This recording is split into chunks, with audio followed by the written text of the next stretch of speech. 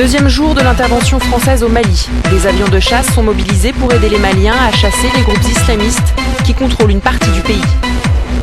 Hier, une offensive militaire a fait des dizaines de morts du côté des insurgés, tandis qu'un pilote français a trouvé la mort.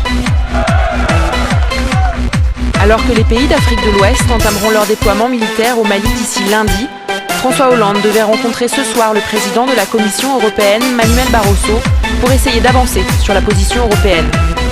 La France veut contribuer ainsi à stopper la menace terroriste qui menace non seulement le Mali et l'Afrique, mais qui menace aussi la France et l'Europe.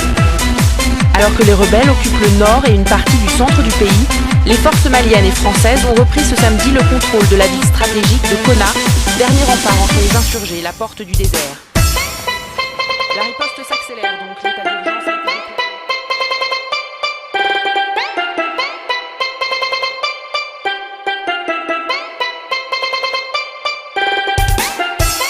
Dernière question, engagez-vous. Vous êtes élu président de la République, Israël bombarde l'Iran, est-ce que vous approuvez? Non.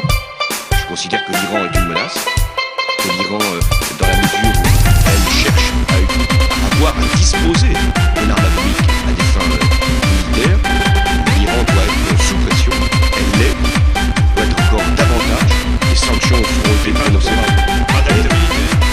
Je pense qu'on ne peut jamais aller vers cette solution unilatérale. S'il doit y avoir une solution, vous savez la transition, c'est dans le cadre des Nations Unies.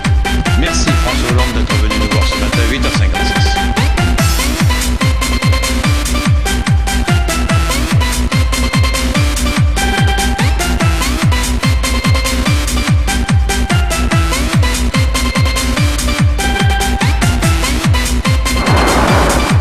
Deuxième jour de l'intervention française au Mali.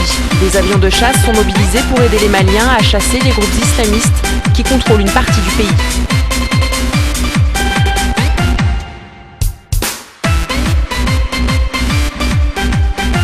Quels sont les autres pays qui se sont mobilisés? Alors Élise, on vient de le dire, donc la France va à terme avoir 2500 hommes sur place, ce qui est conséquent. Elle est rejointe par ses meilleurs alliés en matière de défense. Les Britanniques, les Anglais vont participer avec des avions de transport et y compris en matière de renseignement, ce sont de très fidèles alliés. Il y a également les Américains avec des ravitailleurs et puis des drones, c'est-à-dire des avions sans pilote. Ça, la France en manque cruellement. Et puis l'Allemagne vient d'annoncer son concours avec des transports de troupes et puis une aide médicale. Et puis il y a, vous l'avez dit, les pays africains, le Nigeria qui dispose d'une véritable armée de l'air et puis donc également le Sénégal, la Côte d'Ivoire, le Burkina Faso et le Niger.